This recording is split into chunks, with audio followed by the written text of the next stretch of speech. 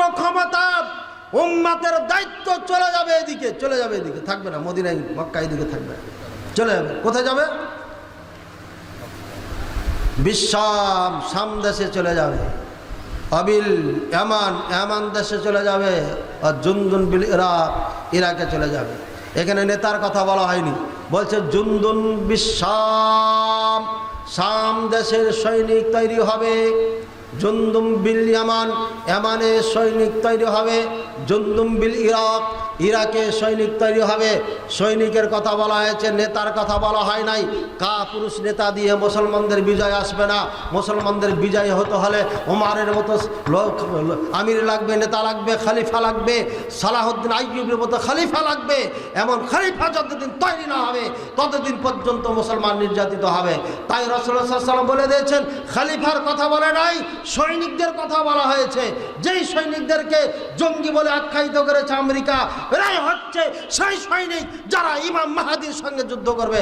বলেন আলহামদুলিল্লাহ, আবার বলেন সুবহানাল্লাহ।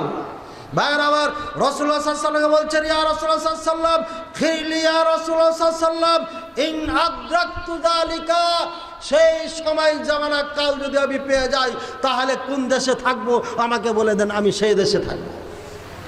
এবার বলছেন ক্বালা আলাইকা বিশ-শাম, তুমি শামকে মজবুত করে ধরে থাকবে, অর্থাৎ শামে থাকবা।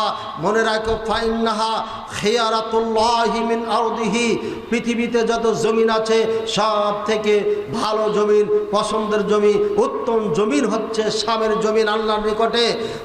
ইয়াজতাবি ইলাইহা খিয়ারাতাহু মিন ইবাদিহি, আল্লাহর বান্দাদের মধ্যে যারা অরিজিনাল বান্দা, ভালো বান্দা, স্পেশাল বান্দা, খাঁটি বান্দা, প্রিয় বান্দা, তাদেরকে আল্লাহ শাম দেশে নিয়ে যেয়ে রেখে দিবেন ভবিষ্যতে কিয়ামতের আগে আগে। বুঝেছেন? এবার বলেন, ফিলিস্তিনে যুদ্ধ যাওয়ার যদি সুযোগ সরকার করে দেয়, কে কে যাবেন? হাত উঠান তো। মাত্র কয়েকটা কোথাকার, এক চোখা কোথাকার, খবর দেওয়ার ঢং নাই, একঘেয়েমি করো তো কে তোমাকে মিডিয়া চালাইতে গিয়েছে? আল্লাহ তাআলা বুঝার তৌফিক দান করুন। ভাইরা আমার বলছে, হে ইব্রাহিমওয়ালা, তুমি যদি শাম দেশে না চাও তাহলে তুমি কি করবে? ইয়ামানে যে থাকবে। ইয়ামানে তো গরিব দাস, কি করব? তখন আল্লাহ রাসূল হয়তো ওটা উত্তর দিচ্ছে, ওয়াসকুমিন গুজুরিকুম, তবে ওখানে যাওয়ার পরে খাল ডোবাতে পানি দিয়ে পানি রাখবা আর মানুষকে পানি খাওয়াইবা, খেত খামার করবা, ওইভাবে থাকবা ওখানে। একদিন ডাক আসবে, ঝাঁপিয়ে পড়ে যায়। বুঝেছেন? এবার শুরু হবে ওখান থেকে। সৈনিক আসবে কোথার থেকে? আমান থেকে। তারা অস্ত্র চালাইতে শিখছে, তৈরি হয়ে আছে, যুদ্ধ করার ক্ষমতা অর্জন করেছে। সৈনিক আসবে ইরাক থেকে, সেখানে বিশাল বাহিনী সন্নি মুসলমানদের রয়েছে। সিরিয়াতে লক্ষাধিক সন্নি বাহিনী, সশস্ত্র বাহিনী রয়েছে। সুতরাং এরা একদিন বের হবে, বের হওয়ারই পারে মুসলমানদের আপনার জয়ের ঝান্ডা উপরে উঠবে, মুসলমানদের জয় জয়কার শব্দ চারিদিকে ছড়িয়ে যাবে ইনশাআল্লাহুল আজিজ। রাসূলুল্লাহ সাল্লাল্লাহু আলাইহি ওয়াসাল্লাম বলে, শোনো, ফাইনাল্লাহা তাওয়াক্কালা ইলি বিশ-শামি ওয়া আহলিহি, আল্লাহ পাক রব্বুল আলামিন শাম দেশের পরিবারের জন্য আমাকে আল্লাহ দায়িত্ব দিয়েছেন, আমাকে এটার ক্ষমতা দিয়েছেন, আমার এখানে সম্পর্ক রয়েছে। কারণ আমার বাবা হচ্ছে ইব্রাহিম আলাইহিস সালাম, আর ইব্রাহিম আলাইহিস সালামের জন্ম হয়েছে ওই দেশে।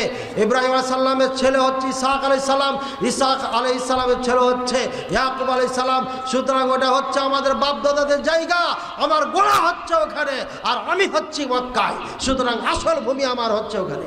বুঝেছেন? এবার হাদিসের অনুবাদ ভাইয়েরা আমার, আল্লাহ পাক রব্বুল আলামিন বুঝার তৌফিক দান করুন। এবার রাসূলুল্লাহ সাল্লাল্লাহু আলাইহি ওয়াসাল্লামের আরো একটি হাদিস শুনানি। রাসূলুল্লাহ সাল্লাল্লাহু আলাইহি ওয়াসাল্লাম বলছেন, লা তাযালু তায়ফাতুন মিন উম্মতি, লা তাযালু তায়ফাতুন মিন উম্মতি যাহিরিনা আলাল হক, আমার উম্মতের মধ্যে একটা দল থাকবে, হকের উপরে অটুট থাকবে। আপনারা যে হাদিসের কথা বলছেন ওই হাদিসটা আমার মুখস্থ আছে, এখানে একটু ভিন্ন প্রকার আছে। ভাইয়েরা আমার, আল্লাহ রাসূল সাল্লাল্লাহু আলাইহি ওয়াসাল্লাম বলছেন, লা তাযালু তায়ফাতুন মিন উম্মতি যাহিরিনা আলাল হক, আমার উম্মতে একটা দল থাকবে, এরা হকের উপরে থাকবে আর এরা শাম দেশে থাকবে। রাসূলুল্লাহ সাল্লাল্লাহু আলাইহি ওয়াসাল্লাম আরো বলেন, শোনো, মনে রেখো শাম দেশের ব্যাপারে, আন মুআবিয়াতা বিন কুররা রাদিয়াল্লাহু তাআলা আন আবিহি قال قال রাসূলুল্লাহ সাল্লাল্লাহু আলাইহি ওয়াসাল্লাম, ইযা ফাসাদা আলুশ শাম ফালা খায়রা ফীকুম, লা তাজালু তায়ফাতুম মিন উম্মতি মানসুরিন আলা ইয়াদুররুহুম মান খাযালাহুম হাত্তা তাকুমাস সাআ, রাওয়াহু তিরমিজি। আর আপনারা যে হাদিসটি বলছিলেন ওটা সহিহ মুসলিম, ওটা বাংলা ভারতের জন্য ওই হাদিস, আর এই হাদিসটা হচ্ছে শাম দেশের স্পেশাল হাদিস। রাসূলুল্লাহ সাল্লাল্লাহু আলাইহি ওয়াসাল্লাম বলছেন, শোনো, ইদা ফাসাদা আহলুস শাম ফালা খায়রা ফিকুম, যখন শামবাসীরা আপনার ফাসাদ হয়ে যাবে, ধ্বংস হয়ে যাবে, বিকৃত হয়ে যাবে, তখন তোমাদের মধ্যে আর কল্যাণ থাকবে না। ভাই, শামদাস ফাসাদ হয়েছে না হয়নি? যেভাবে ঈমান থাকার দরকার এখন ওখানে নাই, যার কারণে শিয়াদের রাজত্ব এসেছে। এ বাদশার মিষ্টি মিষ্টি কথা বলে ক্ষমতায় গেছে। আমাদের দেশে, আমি কাউকে আঘাত করার জন্য বলছি না, আমাদের দেশে অনেক নেতা আছে না, হিন্দু নেতা আছে না? নেই? হিন্দু নেতা আছে। আমরাই তো ভোট দিয়ে নেতা বানিয়েছি। আমার এলাকার খাদ্যমন্ত্রী তো হিন্দু। ভোট কাদের দিয়েছে? কারা দিয়েছে? মুসলমানে দিয়েছে। মিষ্টি মিষ্টি কথা, ভালো ব্যবহার, যার কারণে তার প্রতি আকৃষ্ট হইয়া মানুষ তাকে নেতা বানিয়েছে।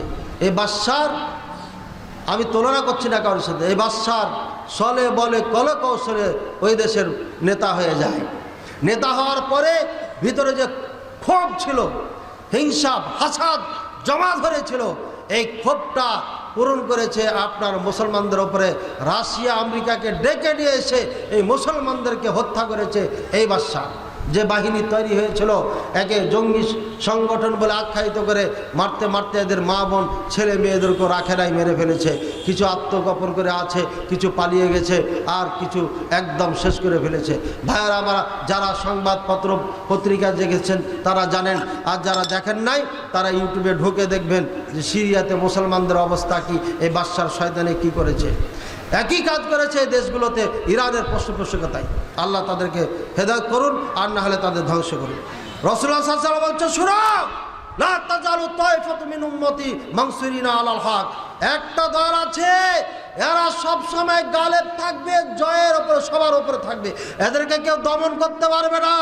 লা ইয়াদুররুহুম মান খাযালাহুম হাত্তা তাকুমাস সাআ, যতদিন কিয়ামত না হবে ততদিন পর্যন্ত এরা কাউরে পারওয়া করবে না, এরা এদের গতিতে চলতে থাকবে। বলেন সুবহানাল্লাহ। গাজা সামান্য একটা জায়গা, আপনারা গাজা সম্পর্কে জানেন? দেখেন, এটা গোটাটা ফিলিস্তিন, এই জায়গাটা এটা হলো ফিলিস্তিন বর্তমানে। আর ওই প্রান্তে একটু জায়গা গাজা, এটাকে গাজা বলে, গাজা না, গাজা। ওই জায়গাতে চারিদিকে ইসরায়েল দখল করে ফেলেছে। ভিক্ষুকের মতো এসে একটার পর একটা জমি দখল করতে করতে পুরো দেশটা দখল করেছে। এদিকে ব্যারিকেড দিয়ে কিছু মুসলমানকে এখানে বন্দি করে দিয়েছে। এদের তো জর্দান দিয়ে যাওয়া আসার সুযোগ আছে, কিন্তু গাজ্জার মুসলমানদের কোনো দিকে যাওয়ার সুযোগ নাই। এদিকে হচ্ছে ইহুদি, চারিদিকে ইহুদি, আর ওইদিকে হচ্ছে সাগর। এই কঠিন অবস্থায় গাজ্জার মুসলমান আছে।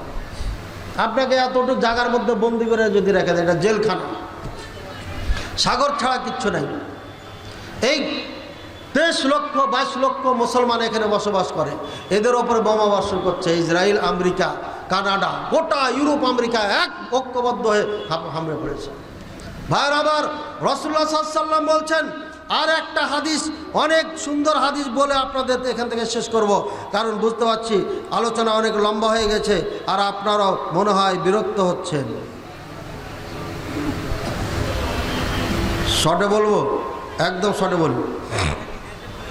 লা তাকুমু সাআ হাত্তা ইয়ানজিলা রুম বিল আ'মা আও বিদাবিকিন ফায়াখরুজু ইলাইহিম জাইশুম মিনাল মাদিনা মিন খিয়ারি আহলিল আরদি ইয়াওমাইদিন ফাইজা তাসাফু ক্বালাতির রুম খাল্লু বাইনানা ওয়া বাইনাল্লাযিনা সাবু মিন্না نقاتلهم فيقول المسلمون لا والله لا نخلي بينكم وبين إخواننا فيقاتلونهم فيهزموا ثلث لا يتوب الله عليهم أبدا। সংক্ষিপ্ত অনুবাদ করে দিই, রাসূলুল্লাহ সাল্লাল্লাহু আলাইহি ওয়াসাল্লাম বলছেন কিয়ামতের আগে আগে মালহামা শুরু হবে, মালহামা কুবরা, একে বলা হয় মালহামা কুবরা। ভয়ঙ্কর যুদ্ধ হবে, খুবই ভয়ঙ্কর যুদ্ধ হবে। কত লাখ লাখ মানুষ মারা যাবে আল্লাহ ভালো জানে। এটা যতদিন না হবে ততদিন কিয়ামত হবে না। এই মালহামা যখন শুরু হবে, মদিনার সব থেকে ভালো মানুষগুলো আপনার অস্ত্রে সুসজ্জিত হয়ে শাম দেশের দিকে রওনা করবে। শাম দেশের দিকে যায়া ওরা একটা জায়গাতে অবস্থান করবে। মুসলমানদের যে জায়গাটা হবে অবস্থান করার, সেই জায়গার নাম হবে আপনার মন্তেক না কি জানে জায়গাটার নাম, আর রোম অর্থাৎ ইটালি অর্থাৎ ইউরোপ। তখন তার এই দেশগুলো এভাবে খণ্ড বিখণ্ড ভাগ ছিল না। ইউরোপ আর আমেরিকার অস্তিত্ব ছিল না, অর্থাৎ ইউরোপ আমেরিকা এরা 9,60,000 সৈনিক নিয়ে দাবেক নামক জায়গাতে অবস্থান করে। সিরিয়া আপনার সামদেশের পাশেই, সামদেশই বলা যায় ওটাকে।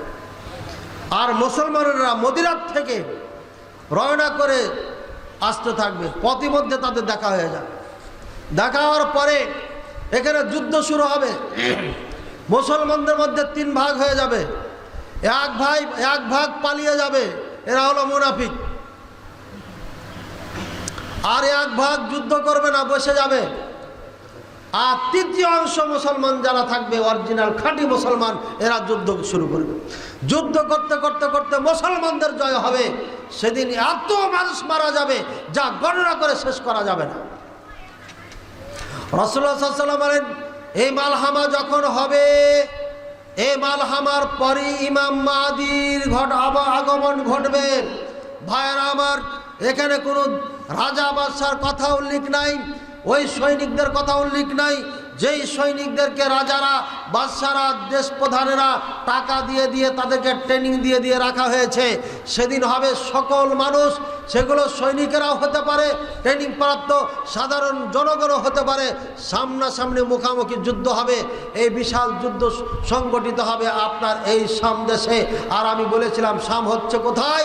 বর্তমানে সিরিয়া, বর্তমানে ইরাক, বর্তমানে জর্দান, বর্তমানে লিবিয়া, বর্তমানে ফিলিস্তিন, ইসরায়েল। এই হলো শাম দেশ। এখানে হবে আপনার যুদ্ধ। আর আপনারা জানেন এই যুদ্ধ এই সংগঠিত হওয়ার আপনার আগে আপনার ইমাম মাহাদি যখন আসবেন, যুদ্ধ করতে করতে আবার চলে যাবেন সেই ইটালি রোম দেশের পাশে চলে যাবেন। গনিমতের মাল ভাগ বন্টন শুরু করবেন, তালোয়ারগুলোকে লটকাই দিবেন গাছে ডালে। এমতো অবস্থায় একজন শয়তান এসে চিৎকার করে বলবে, যা খারাজা মাসিহুদ দাজ্জাল, মাসিহুদ দাজ্জালের আগমন ঘটে গেছে। তারা ওখান থেকে ফিরে আসবে। আসার পরে সিরিয়ার দামেস্কের মসজিদে সলাতে দাঁড়াবেন। এর আগে আসার পরে দেখবে যে না, দাজ্জাল আসে নাই, এটা ভুয়া খবর ছিল, অর্থাৎ সে শয়তানে ধোঁকা দিয়েছে। বোঝা যাচ্ছে শয়তান মানুষের রূপ ধারণ করে ধোঁকা দিতে পারে। সুতরাং মূলবি হলে পারে, বড় বড় কেতাব দেখলে মনে করেন না যা সাচ্চা পাক্কা মূলবি এসে গেছে। শয়তানও আসতে পারে, বলা যাবে না। কোরআন সুন্নাহর সাথে মিল থাকলে আলেম, কোরআন সুন্নাহর সাথে মিল না থাকলে এটাই শয়তান। বুঝেছেন তো ভাইয়ের আমার?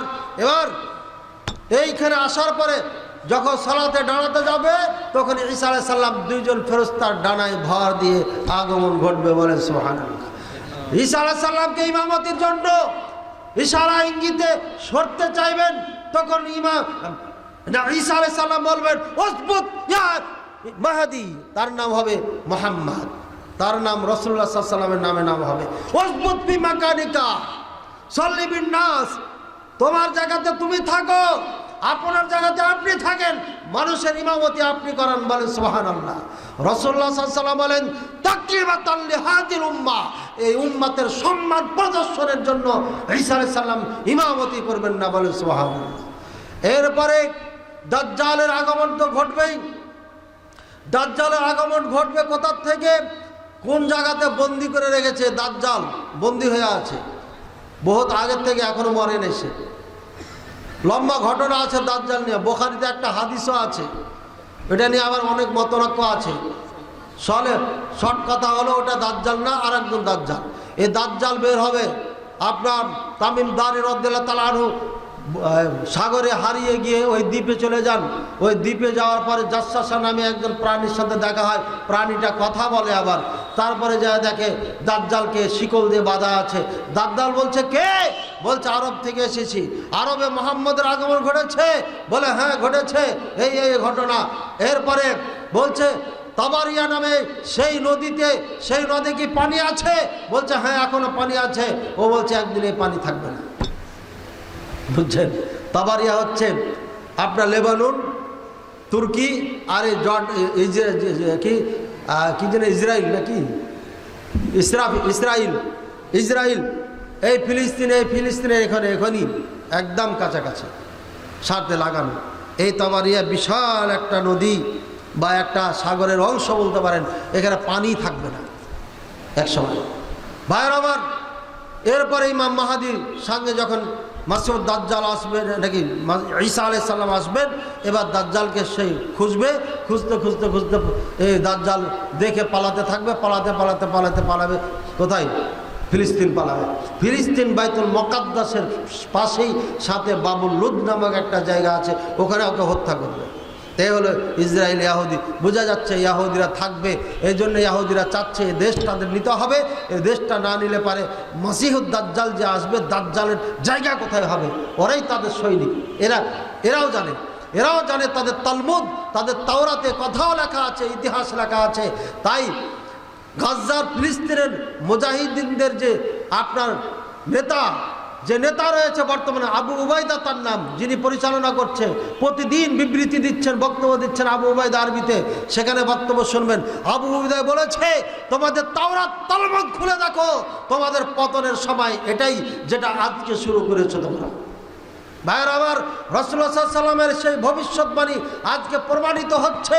এই যুদ্ধের এই সৈনিক যারা তৈরি হচ্ছে, একমাত্র তারা আজকে প্রস্তুতি নিচ্ছে খাঁটি মুসলমান হয়ে।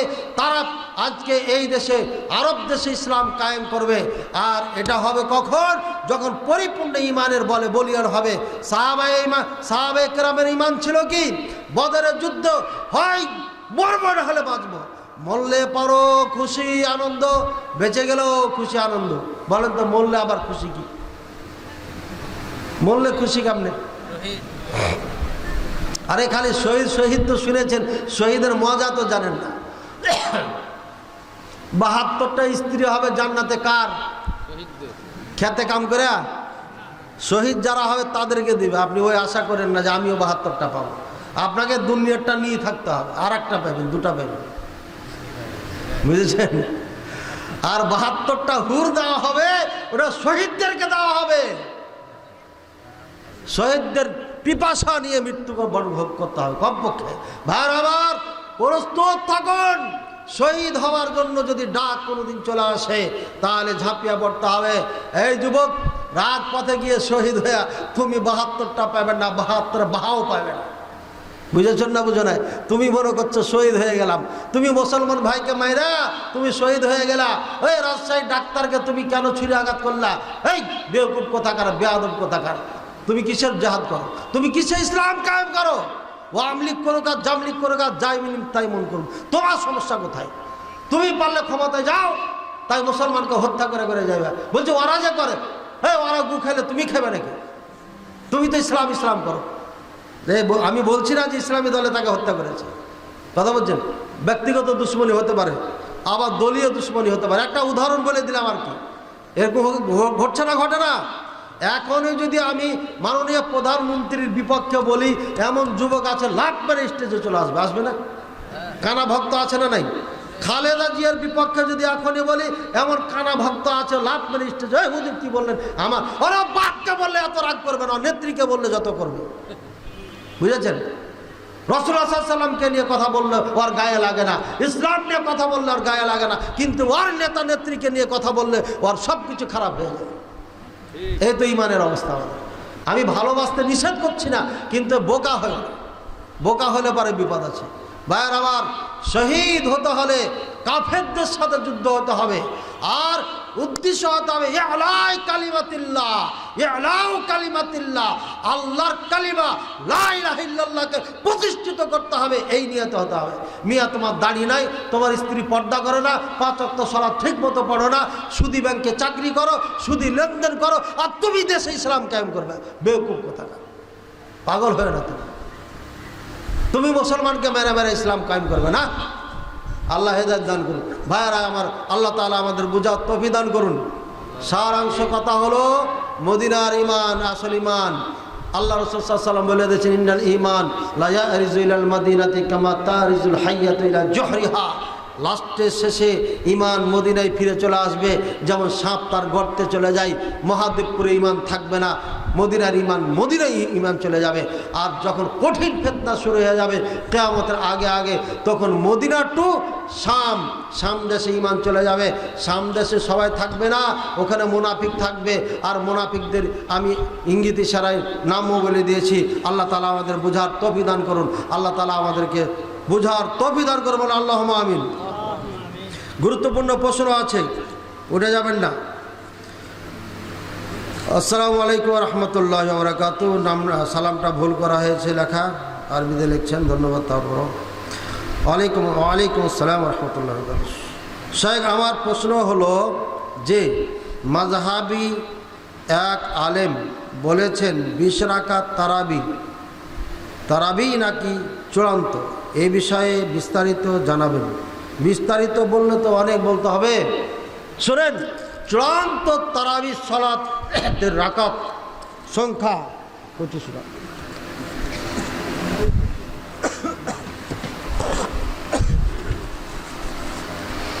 চূড়ান্ত, একদম চূড়ান্ত। যদি বলেন সুন্নাত কত রাকাত, সুন্নাত রাসূলুল্লাহ সাল্লাল্লাহু আলাইহি ওয়াসাল্লাম কত রাকাত সারা জীবন পড়েছেন, সাহাবায়ে কেরাম কত রাকাত পড়েছেন, যদি এটা চান তাহলে বলবেন 8 রাকাত, বেতর সহ 11 অথবা 13। এটা বুখারীতে আছে, সহিহ মুসলিমে আছে। এরপরে হচ্ছে মাসালা 20 রাকাত জায়েজ আছে না নাই? জায়েজ আছে না না? সুন্নাত রাসূল এটা পড়ে নাই, 20 রাকাত রাসূলুল্লাহ সাল্লাল্লাহু আলাইহি ওয়াসাল্লাম পড়ে নাই, আবু বকর পড়ে নাই, ওমর রাদিয়াল্লাহু তাআলার কথা বলা হয়েছে। আমি এটা উত্তর দিয়ে দিচ্ছি। 20 রাকাত পড়া জায়েজ আছে কিনা? জি জায়েজ আছে। 30 জায়েজ, 40 জায়েজ, 50 জায়েজ, 100 জায়েজ, 1000 জায়েজ, লাখ জায়েজ, যত পারবেন তত পড়েন। 2 রাকাত করে কোনো আপত্তি নেই আমার। কিন্তু সুন্নাতের রাসূল কয় রাকাত? বেতর সহ 11 বা 13। বুঝেছেন এবার? এটাই হচ্ছে সালাত। এটা আমার কথা না, ওই হুজুর যে হুজুর বলেছে ওকে বলবেন ফয়জুল বারী আনোয়ার শাহ কাশ্মীরি রহিমাহুল্লাহ যে ব্যাখ্যা বুখারীর লিখেছেন ওটা উল্টা, আর একটা করে লাইন টু লাইন পড়ে পড়ে শোনান, দেখেন আর পায়জামা খারাপ হয়ে যাবে। আনোয়ার শাহ কাশ্মীরি রহিমাহুল্লাহ নিজে বলে গেছেন তাহাজ্জুদের সালাত আর তারাবির সালাত একটাই সালাত, কোনো পার্থক্য নাই। বুঝেছেন এবার? ওদের কেতাবে লেখা, এটা ওদের একটা ফেকার কেতাব আছে, ফেকার কেতাবের লেখেছে আমরা 20 রাকাত পড়ি, ঠিকই আছে। আবার এখানে সাইডে লিখে দিয়েছে রাসূলুল্লাহ সাল্লাল্লাহু আলাইহি ওয়াসাল্লাম থেকে যেটা প্রমাণিত সেটা হচ্ছে 8 রাকাত। ওদের বইয়ে লেখা আছে, বইটা আমার কাছে আছে। গত বছর গোটা সিজনটা আমি বই নিয়ে ঘুরে বেড়েছি, একটাও এই মৌলবীদের সাথে দেখা হয়নি, কেউ সামনে আসে। আর এবছর বাড়ি চেঞ্জ করেছি কয়েক মাস আগে, আর সাজাই গুছাইনি, ওইভাবে এলোমেলো হয়ে আছে। দরকার হলে আবার শুরু করব। ভাইয়ের আবার কি বললাম, 8 রাকাত এটাই হচ্ছে সুন্নাতের রাসূল, 20 রাকাত জায়েজ আছে। বলছে আপনি যে বললেন সাহাবায়ে কেরামও 20 রাকাত পড়েন নাই, হ্যাঁ সহিহ মতে পড়ে নাই, দুর্বল মতে পড়েছে। মুয়াত্তা মালিকে হাদিস আছে 2টা, একটা 11 রাকাতের, একটা 20 রাকাতের। 20 রাকাতেরটা দুর্বল, 11 রাকাতেরটা হচ্ছে সহিহ। তাহলে বোঝা গেল কি 11 রাকাতে উমর রাদিয়াল্লাহু আনহু চালু করেছিলেন, আর এটাই মদিনাতে ছিল। পরবর্তীতে এসে 20 রাকাত হয়েছে, 40 রাকাতও হয়েছে, 41 বেতর সহ 41 রাকাত পড়েছেন। 41 রাকাত মসজিদে নববীতে 200 বছর চলেছে, বলো সুবহানাল্লাহ। জানেন এগুলো? এটা নফল, বেশি যত পড়বেন পড়েন, আমাদের পক্ষ থেকে কোনো মানা নিষেধ বাধা নাই। তবে ওরা যে স্বীকার করতে চায় না 8 রাকাত, এটা হচ্ছে মূর্খতা, এটা হচ্ছে তাদের মূর্খতা। এটা শুধু আপনার আনোয়ার শাহ কাশ্মীরি রহিমাহুল্লাহ না, বদরুদ্দিন আইনি রহিমাহুল্লাহ বুখারীর ব্যাখ্যাকার, তিনিও বলে গেছেন, ওই একই কথাই বলে গেছেন যে 8 রাকাত তারাবির সালাত এটাই রাসূলুল্লাহ সাল্লাল্লাহু আলাইহি ওয়াসাল্লামের যুগে ছিল। এই বিষয়ে আমার আলোচনা আছে, মুখলিস বিন আরশাদ নাম লিখে ইউটিউবে ঢুকবেন, পাবেন ইনশাআল্লাহ। আল্লাহ এদেরকে হেদায়েত দান করুন। এই যে নফল নামাজ নিয়ে আজকে গোটা ভারতবর্ষে এই দেওবন্দি হুজুররা আগুন লাগিয়ে রেখেছে। মুসলমানকে এক জায়গায় হতে দেয় না, শুধু এদের কারণে আগুন। যেদিন থেকে দেওবন্দ মাদ্রাসা হয়েছে আর এই বিরিলি সুন্নি যারা দাবি করে, এই দুইটি মাদ্রাসা যেদিন থেকে ভারতে হয়েছে সেদিন থেকে ভারত উপমহাদেশে আগুন জ্বলছে। এর আগে এগুলো ছিল না। আল্লাহ বুঝার তৌফিক দান করুন। কিন্তু নাকি এক আলেম বলেন যে ইমামের পিছনে সূরা ফাতিহা পড়ার দলিল নাকি জাল, জয়ীফ। এ বিষয়ে একটু জানাবেন। যে বলেছে ও গাধা, জাহেল, মূর্খ। আরে বুখারীর হাদিস, লা সালাতা লিমান লাম ইয়াকরা বিফাতিহাতিল কিতাব, রাহুল বুখারী। বুখারীর হাদিস, যে সূরা ফাতিহা পড়ে না তার নামাজ হবে না। আমার মাদ্রাসায় কোনো ছাত্র বা শিক্ষক সালাত পড়াইছেন, এই গতকালকের কথা। সূরা ফাতিহার একটা আয়াত ছুটে গেছে, এখন সালাত হবে কি হবে না? বলেন, সালাত হবে না হবে না? ইমাম সাহেব একটা আয়াত ছেড়ে দিয়েছে, সালাত হবে না হবে না? হবে না। কেন হবে না? সূরা ফাতিহা পড়া ফরজ। সূরা ফাতিহা পড়া ফরজ, যেহেতু একটা আয়াত ছুটেছে, ফরজ ছুটে গেছে, কাজে এ রাকাত পুনরায় পড়তে হবে তাকে, আর নাহলে পুরো সালাত পড়তে হবে। বুঝেছেন? এবার বলছে হুজুর এটা তো ইমাম, এই জন্য এই মাসালা। জি, আপনি সৌদি আরবের ফতোয়া দেখেন। সৌদি আরবের ওলামায়ে কেরাম কি বলেছেন? সৌদি আরবের ওলামায়ে কেরাম বলেছেন ইমাম হোক, একা একা হোক, মুনফারিদ হোক, মুক্তাদি হোক, সবার ওপরে সূরা ফাতিহা পড়া ফরজ। যদি কেউ না পড়ে, একটা ছেড়ে দেয়, তার নামাজ হবে না। বুঝেছেন? এবার আরেকটা বলি, চার মাযহাবই সত্য আমাদের দেশে হুজুররা বলে না? বলে না? চার মাযহাব কি সত্য বলে? আবু হানিফা রাহিমাহুল্লাহর মাযহাব হচ্ছে ইমামের পিছনে সূরা ফাতিহা পড়া মাকরুহ, তাহরিমি মানে হারাম, পড়া যাবে না। তিন মাযহাবের তিন ইমাম বলছে সূরা ফাতিহা পড়া ফরজ, ওয়াজিব, পড়তে হবে, না হলে নামাজ হবে না। এবার বলেন, তিন ইমামের ফতোয়া নিব না এক ইমামের নেব? তিন ইমামের ফতোয়া অনুযায়ী হানাফি মাযহাবের কারোর নামাজ হয় না, এই জন্য যে ফরজ ছেড়ে দিচ্ছে। ঠাকাও বেটা, দেখি এবার টিকাও মাযহাব দেখি। এবার হয় বলতে হবে হাম্বলি, শাফি, মালিকি এদের নামাজ হয়, আর না হলে বলতে হবে তোমাদের নামাজ হয়, ওদের নামাজ হয় না। দুটার একটা বলতে হবে। আর যদি বলো তাহলে বলবো তুমি পাক্কা সাচ্চা একটা ইবলিস, মূর্খ, যার কারণে এই গোটা বিশ্বের মুসলমানের নামাজকে তুমি বলেছো হবে না। অর্থাৎ আবু হানিফা রাহিমাহুল্লাহর এই ফতোয়া ভুল ফতোয়া, এটা চলবে না।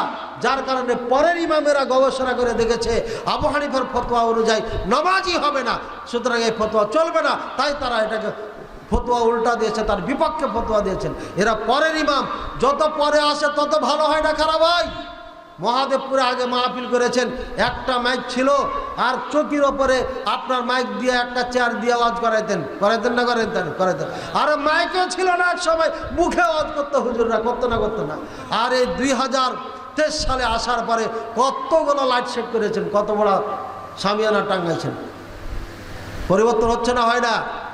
আমাদের যুগ পার হওয়ার পরে যখন বাচ্চারা আসবে তখন আরও ডেভেলপ দেখবেন পিছনে কি হচ্ছে। এদিকে হচ্ছে আমাদের হুজুররা করতেছে এখন, মাশাআল্লাহ, টাকা বেশি গেছে তো করে। বুঝেছেন না? বুঝেন নাই? বুঝেছেন? তিন মাযহাবের ইমাম ওলামায়ে কেরামের ফতোয়া অনুযায়ী হানাফি মাযহাবের নামাজ হয় না, আহলে হাদিসের দরকার নেই। এবার ঠাকাও তুমি, দলিল দরকারই নেই। আর সূরা ফাতিহা নিয়ে আলোচনা আছে আমার, শুনে নেবেন ইনশাআল্লাহ। 2 ঈদের তাকবীর নাকি 6 তাকবীর, চূড়ান্ত 12 তাকবীরের হাদিস নাকি বানাওয়াট, সঠিকটা জানাবেন। খেপা পাগলে কয় নাকি, ছাগলে খাই নাকি, এগুলো সব পাগলদের কথা। অদ্ভুত প্রশ্ন এগুলো বলছেন। মক্কা মদিনার আলেমেরা কি বানাওয়াট হাদিসের উপর আমল করছে? ওরা কি রাসূলুল্লাহ সাল্লাল্লাহু আলাইহি ওয়াসাল্লামের পরে 12 তাকবীর ধরেছে, আগে ছিল না মনে করছেন আপনি? আরে গোটা আরব দেশে, ইন্দোনেশিয়া, মালয়েশিয়া, ফিলিস্তিন সহ যত গেলা আরবিতে কথা বলে সবাই 12 তাকবীর ঈদের সালাত পড়ে। আর তুমি দেওবন্দে এসে কানা হুজুর 6 তাকবীরটা কি সহি কইলা, আর ওটা বলে জাল হয়ে গেল। পাগলে কয় নাকি, ছাগলে খাই নাকি, দলিল ছাড়াও 12 তাকবীর সহি। বলেন সুবহানাল্লাহ। কেন সহি? মক্কা মদিনায় চলে এটা। আবু দাউদে আছে 12 তাকবীরের কথা, পৃথিবীর সব কেতাবে আছে, অগণিত হাদিস আছে। বেটা তুমি একটা তিরমিজিতে হাদিস পেয়েছো, দে বলছো ওই রাবি আছে জালা মৃত্যুক ছিল, যে হাদিসকে জালো, তুমি একটার কথা কাও কা, তুমি আর চোখে পড়ে না? হ্যাঁ, 12 তাকবীরই সঠিক, 6 তাকবীরে জায়েজ, 10 তাকবীরে জায়েজ, 8 তাকবীরে জায়েজ, 6 তাকবীরে জায়েজ, 4 তাকবীরে জায়েজ, এরপরে আর নাই। বুঝেছেন? 12 তাকবীরের একটাও যদি কেউ না দেয়, তারপরে ঈদের সালাত হয়ে যাবে। একে তাকবীরে জায়েদা বলা হয়, অতিরিক্ত নফল জিনিস এটা। দেখেন দেওবন্দিরা মুসলমানদের মধ্যে আগুন জ্বালানোর জন্য এটা নিয়ে মারামারি শুরু করেছে। এটা আহলে হাদিস কখনো বলি না, বলতে চাই না, বলতে খারাপ লাগে, কিন্তু এই গন্ডগোলটা এরা লাগিয়ে রেখেছে। মক্কা মদিনার ধর্ম যদি ভারত উপমহাদেশে চলে আসে, তাহলে আমাদের খানকা দরবার আর মিথ্যা বলে বলে মানুষের টাকা কামানো, খতমে ইউনুস, খতমে কোরআন, এই ওই করে যে আমরা পকেট থেকে টাকা ডাকাতি করে নিই, এই ডাকাতি বন্ধ হয়ে যাবে। এই জন্য আহলে হাদিসের বিপক্ষে এরা উঠে পড়ে লেগেছে, অন্য কোনো কারণ নেই। আল্লাহ এদের হেদায়েত দান করুন। 12 তাকবীর চালিয়ে যান, জোরে সোরে চালিয়ে যান, জোরে সোরে চালিয়ে যান, এটাই সঠিক ধর্ম। তবে 6 তাকবীরে জায়েজ আছে, 4 তাকবীরে জায়েজ আছে, জায়েজ জায়েজ। আমরা ওদের মতো বোকা না আর পাগলও না যে হারাম বলে দেবো। ধর্ম আমার বাপের না, আমি আজকে একটা ফতোয়া দিব আর কবরে যে পিটন খাবো, এ কাজ আমি করবো না, ওরা করতে পারে। কারণ ওদের আকিদাই ঠিক নাই, ওদের আকিদা ইমান ঠিক নাই, তো ওরা তো যা তাই বলতে পারে, ওদের মুখ দিয়ে সাজে। শিয়ারা যেমন আমাদেরকে কাফের বলে, আমাদেরকে মুসলমান মনে করে না, ইচ্ছা মনে যা আসে তাই বলে গালি দেয়। আবু বকর উমরকে তারা কুত্তা বলে, নাউজুবিল্লাহ। আবু বকর উমরকে ফেরাউন আর নমরুদের সাথে তুলনা করে বড় কাফের বলেছে। শিয়াদের মুখ দিয়ে যেমন ঠেকে না, যেহেতু শিয়াদের জন্ম কুফাতে আর হানাফি মাযহাবের জন্ম কুফাতে, কাজী এরা মিল আছে বলে এরা যা ইচ্ছা তাই বলতে পারে, আমরা বলতে পারি না। আমাদের লিঙ্ক, আমাদের সম্পর্ক সরাসরি হারামাইন শরীফাইনের সাথে, মক্কা মদিনার সাথে, বেলাদুল হারামের সাথে, মক্কা মদিনার ইমামদের সাথে, মক্কা মদিনায় রেখে যাওয়া রাসূলুল্লাহ সাল্লাল্লাহু আলাইহি ওয়াসাল্লামের ধর্মের সাথে। তাই আমরা মুসলমানকে এভাবে অ্যাটাক করে কথা বলতে পারি না। বুঝেছেন না? বুঝেন নাই? শায়েখ ঈদের জামাতে মহিলাদের অংশগ্রহণের ব্যাপারে কোরআন হাদিস থেকে জানতে চাই। আরে কোরআন হাদিস থেকে কি শুনেন নাই? রাসূলুল্লাহ সাল্লাল্লাহু আলাইহি ওয়াসাল্লাম বলছে, ওই যে রক্ত বের হচ্ছে, রক্ত ওয়াকো নিয়ে যাও, মাঠে ওয়াকো নিয়ে যাও। রক্ত মানে বুঝেছেন তো? আরে মেন্স ঋতুবতী নাপাক হয়ে আছে, ঈদগায় ঢুকতে পারবে না, বলে ওয়াকো নিয়ে যে ওই পাশে খাড়ো করে রাখো, ওই বক্তব্য শুনুক। আর মুরবি বলছে বুখারী হাদিস, এটা একটা নাই, কত হাদিস নেবেন আপনি? আর বলে অংশ করা জায়েজ নাই। এই মূর্খদের বক্তব্য শুনে কেটা? শোনেন কে আপনারা? এদের শোনার দরকার কি? এদের সরাসরি টিভিতে দেখা যাচ্ছে মক্কা মদিনায় মহিলারা সালাত পড়ছে, গোটা বিশ্বে সালাত পড়ছে, আর মূর্খদের বক্তব্য শোনেন কেন? রাসূলুল্লাহ সাল্লাল্লাহু আলাইহি ওয়াসাল্লাম একথা বলেছেন, জাওয়াতুল খুদুর, ওই যে যুবতী কেবলই হয়েছে 12-13 বছর বয়স, ভয় লজ্জায় বের হতে পারে না, একও ঈদগাহের মাঠে নিয়ে যাও, একও নিয়ে যাও, বের করো সবকে। অর্ডার করেছে, নিয়ে যেতে হবে, নারী পুরুষ সবকে ঈদের মাঠে নিয়ে যেতে হবে। কেন যেতে হবে? এটা হচ্ছে মুসলমানদের শিয়ার, কাফেরদেরকে দেখানো, দেখো মুসলমান ঐক্যবদ্ধ, নারী পুরুষ সবাই মিলে আল্লাহর বড়ত্ব বর্ণনা করছে, এটা দেখানোর জন্য নারী পুরুষ সবাই যাবে। আর মসজিদের ব্যাপারে হচ্ছে লা তামনাউ ইমা আল্লাহ মাসাজিদ আল্লাহ, খবরদার আল্লাহর বান্দীদেরকে আল্লাহর ঘর মসজিদ থেকে নিষেধ করবে না। হাদিস স্পষ্ট হাদিস। সারা জীবন রাসূলুল্লাহ সাল্লাল্লাহু আলাইহি ওয়াসাল্লামের জীবদ্দশায় মহিলারা 5 ওয়াক্ত সালাত মসজিদে নববীতে পড়েছে, বলে সুবহানাল্লাহ, এখনো পড়ে, বলে সুবহানাল্লাহ। আর এই মূর্খ হুজুররা কয় যে মসজিদে ঈদে যেতে পারবে না, স্পেশাল ঈদগাহ যাওয়ার হাদিস আছে, আর বলে হাদিস নেই। আল্লাহ এদেরকে হেদায়েত দান করুন, আর না হলে এদেরকে কী করবো? ধ্বংস করে দেব। শায়েখ আমাদের এলাকায় কিছু মসজিদে সালাতের ইমাম একামত ডবল এবং কিছু মসজিদে একবার করে বলে। সহি সুন্নাহ মোতাবেক কোনটি? জি, একবার করে একামত দিতে হবে, এই মর্মে 13টি হাদিস আছে বুখারী, মুসলিম, তিরমিজি, নাসাঈ, ইবনে মাজাহ। এই 6টি কিতাবের কথা বললাম। বাকি সব পৃথিবীর যে কোনো কিতাবে যাবেন যেখানে আপনার সালাতের কথা আলোচনা করেছে, নামাজের কথা আলোচনা আছে, সেখানেই একামতের কথা আছে, সেখানেই একবার করে বলা হয়েছে। আর 2বার করে বলতে হবে, এখানে ধোকায় পড়েছে হুজুর, একটা হাদিসের ব্যাখ্যা না বোঝার কারণে উল্টা হয়ে গেছে। রাসূলুল্লাহ সাল্লাল্লাহু আলাইহি ওয়াসাল্লাম সারা জীবন বেলাল রাদিয়াল্লাহু তাআলা আনহুকে আযান দেওয়াচ্ছেন যতদিন বেঁচে ছিলেন। আর রাসূলুল্লাহ সাল্লাল্লাহু আলাইহি ওয়াসাল্লামের মসজিদের রাসূলুল্লাহ সাল্লাল্লাহু আলাইহি ওয়াসাল্লামের খাস স্পেশাল মুয়াজ্জিনের রাসূল বেলাল রাদিয়াল্লাহু তাআলা সারা জীবন একবার করে ইকামত দিয়েছে। আজ পর্যন্ত গোটা আরব দেশে একবার করে ইকামত হয়, বলেন আলহামদুলিল্লাহ। আর এই মৌলভী কহে একবার ইকামত চলবে না, একবারে ইকামত, এটাই সঠিক। দুইবার দেওয়া জায়েজ আছে, বুঝেন, জায়েজ। হযরত মুহাম্মদ সাল্লাল্লাহু আলাইহি ওয়াসাল্লাম কি নূর বলা যাবে? যাবে না।